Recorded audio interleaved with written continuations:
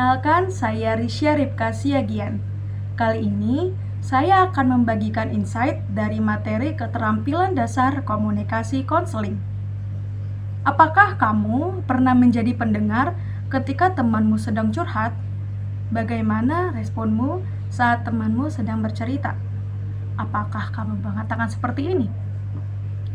Aku paham, pasti rasanya kecewa banget saat dikhianati teman.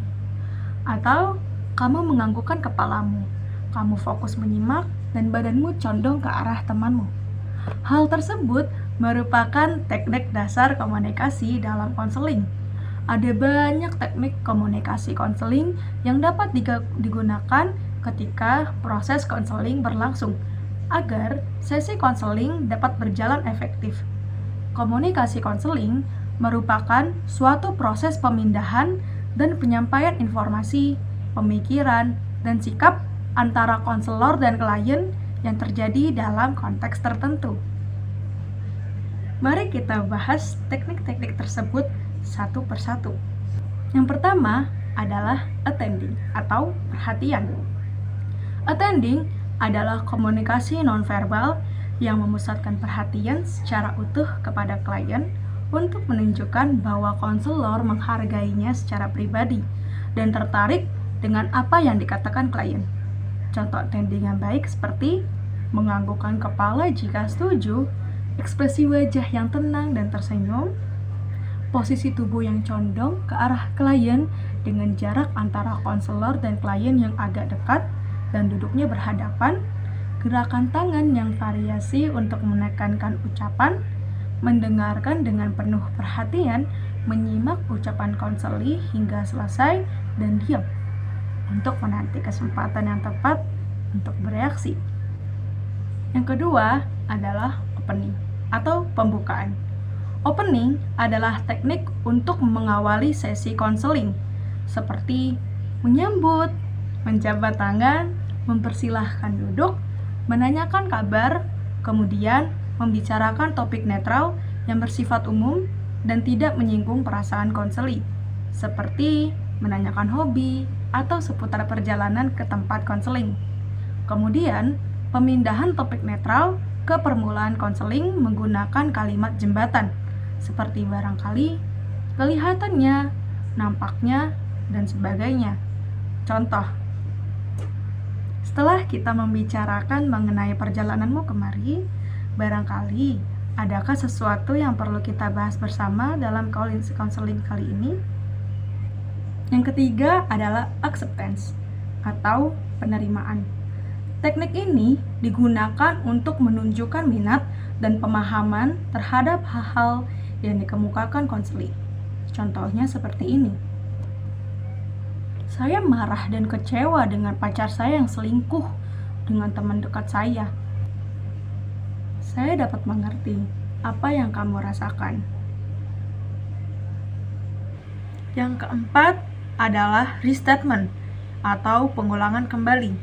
Teknik ini digunakan untuk pengulangan atau menyatakan kembali pernyataan konseli bagi sebagian pernyataan ataupun seluruhnya. Contoh kalimatnya seperti ini. Saya bertanya kepada pacar saya karena saya perhatian, tapi pacar saya malah mengatakan kalau saya adalah orang yang cemburuan. Oh, jadi pacarmu bilang kalau kamu cemburuan. Yang kelima adalah parafrase. Teknik ini menangkap pesan utama dari pernyataan klien, kemudian disampaikan kembali pada klien dengan bahasa konselor sendiri. Bahasanya yang sederhana dan mudah dipahami. Contohnya, kemarin saya cekcok dengan teman saya di WhatsApp. Saya cuma tanya dia baik-baik, tapi responnya malah mengatai saya, menyalahkan saya, bahkan memutarbalikkan fakta. Saya nggak terima.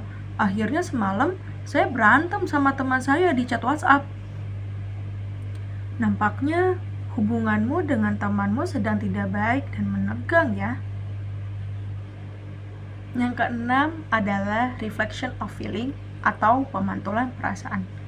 Teknik ini menanggapi pernyataan konseli dengan memantulkan perasaan atau sikap yang terkandung oleh klien. Contohnya seperti ini. Tiba-tiba pacar saya nggak ngasih kabar selama 3 hari. Padahal biasanya dia selalu ngabarin saya. Akhirnya saya telepon dia berkali-kali, tapi nggak diangkat. Saya chat terus untuk menanyakan kabar. Apa dia udah makan? Apa yang sedang dia lakukan sampai lupa ngabarin saya? Dia lagi di mana? Sampai saya juga menanyakan ke orang-orang terdekatnya karena saya takut dia kenapa-napa. Jadi, kamu khawatir dengan pacarmu karena tiba-tiba dia nggak ada kabar selama 3 hari. Yang ketujuh adalah structuring atau pembatasan. Teknik ini menjelaskan batasan atau pembatasan agar proses konseling dapat berjalan efektif sesuai dengan tujuan. Structuring meliputi yang pertama, time limit. Contohnya seperti ini. Saya senang sekali bertemu denganmu, tapi mohon maaf, 1 jam ke depan saya ada janji dengan klien. Jadi, konseling kali ini kita cukupkan selama 60 menit saja ya. Jika ternyata setelah 60 menit berlangsung dan kita masih ada yang perlu dibahas, maka nanti kita atur jadwal ya untuk sesi konseling lanjutan. Structuring yang kedua adalah role limit. Contohnya seperti ini. Saya pusing banget, gak tahu lagi mau gimana. Pokoknya saya cerita aja, nanti Mbak yang pecahkan masalah saya, Mbak tinggal kasih saran, nanti saya tinggal ikutin aja deh. Mohon maaf, saya mengerti saat ini kamu sedang sedih dan bingung. Namun, perlu saya sampaikan bahwa di sini saya sebagai konselor akan membantu untuk bersama-sama mencoba mencari akar permasalahan dan kita diskusikan. Dan semua keputusan itu tergantung pada dirimu, Risha. Structuring yang ketiga adalah topik limit. Contohnya seperti ini. Pokoknya saya lagi pusing banget. Nilai saya menurun, saya lagi ada konflik sama keluarga, ditambah lagi ini nih, saya ada konflik dengan teman saya. Pokoknya saya pusing banget deh, saya bingung. Tapi menurutmu, topik mana yang perlu kita bahas dalam sesi kali ini? Sesi kali ini bahas tentang konflik dengan teman saya deh.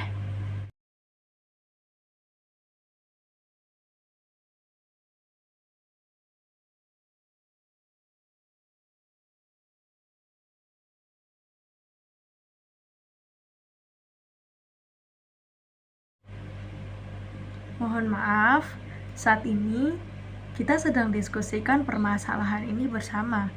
Alangkah baiknya jika untuk sementara waktu HP-nya bisa di-silent ya, atau disimpan dulu. Nanti bisa dilanjutkan ketika sesi ini selesai. Teknik yang ke-8 adalah teknik exploration. Teknik ini digunakan untuk dapat menggali lebih dalam terkait pikiran, perasaan, dan pengalaman konseli untuk membantu konseli mengungkapkan lebih jauh tentang diri mereka dan memahami diri mereka sendiri. Misalnya dengan pertanyaan seperti ini. Bisakah Risha jelaskan lebih detail apa yang membuatmu cemas saat ini? Teknik yang ke-9 adalah silence atau diam. Teknik ini dapat digunakan dengan tujuan memberikan kesempatan kepada konseli untuk istirahat, memberikan kesempatan untuk berpikir baik kepada konselor maupun konseli. Teknik yang ke-10 adalah clarification atau klarifikasi. Teknik klarifikasi dalam konseling digunakan untuk memperjelas informasi, pemikiran, atau perasaan yang disampaikan oleh klien untuk memastikan bahwa konselor memahami dengan benar apa yang ingin dikomunikasikan oleh klien. Contohnya seperti ini. Ketika Risha menyebutkan kebingungan, apakah Risha merasa sulit untuk mengambil keputusan atau apakah ada hal lain yang membuat dirimu merasa bingung? Yang ke-11 adalah summarizing. Teknik summarizing adalah cara untuk meringkas atau mereview kembali informasi penting dan atau aspek penting dari percakapan antara konselor dan klien yang bertujuan untuk mengkonsolidasikan informasi yang telah dibagikan selama sesi konseling dan memberikan gambaran yang lebih jelas tentang apa yang telah dibicarakan. Contoh kalimatnya seperti ini.